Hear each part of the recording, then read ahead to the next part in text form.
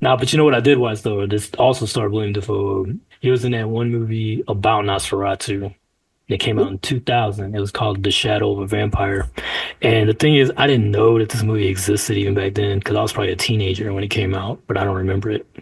And the plot's kind of funny though because it's about the original Nosferatu movie, and he's playing Nosferatu. But the thing is, the movie's trying to say that the actor that originally played Nosferatu was an actual vampire, and the director had made some sort of fucking deal with him to play Nosferatu. And that's what's funny about it, because at points in the movie, like he's sitting there arguing with the director, who's played by John Malkovich, by the way, who's also a great actor. Yeah, he's a good And actor. yeah, and everybody's just over the top. Like he's playing like this over the top director, the kind of director you hear about that's willing to do anything just for a movie. Like Mm. that's what he's doing. And then William Dafoe as Nosferatu is supposed to be, I guess he's supposed to be that kind of, those actors that are method actors that everybody doesn't like, uh, there's plenty of them out there. And so the other actors think that he's just a method actor. He's like, oh, he's just playing a vamp. He's just really into his role. That's why he's always in makeup. And and it turns out he's a real vampire, and he's sitting there and he kills some of the people for the cast and shit throughout the movie. And the director's like, "You fucking idiot! What are you doing? Like you're killing off." Like he's just chewing them out, and the vampire's getting sassy with him as William Dafoe. Like William Dafoe is hilarious in this movie. People like you gotta check it out. Like Mm. you gotta see it. It's not like a scary movie. Like just there's horror shit in it, but it's like funny. It's like from a funny angle. And so to get the gist of it though, towards the end the death scene of Nosferatu is an actual death scene. Like that's what the movie's trying to say. The movie's saying that the director actually killed him. He used that against him. So even the girl died. Like the girl that he was like using to suck her blood at the end dies also. Oh, And wow.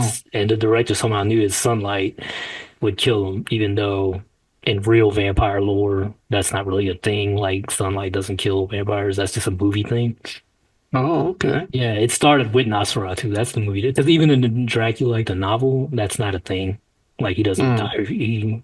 He doesn't die from sunlight. He actually is able to move in sunlight and shit. And that's just a Hollywood Nosferatu thing. Vampires moving in the lights. Yeah, but the movie, it could I could see it being boring to people too, because it's a lot of most Dialogue. yeah dialogue heavy. But I just thought it was fun. I take it as a horror comedy. I don't look at it as a like straight up horror. You know what I mean? Like I just like it was a funny movie. I enjoyed it. That's all I can Really? say. Yeah, yeah. I was like, and I also watched in preparation for Nosferatu. There was a German remake in '79 Hmm. that I watched the trailer for, and the trailer got me because the footage looked so good. It was like some really good cinematography. But then I was like, I don't want to watch the German version.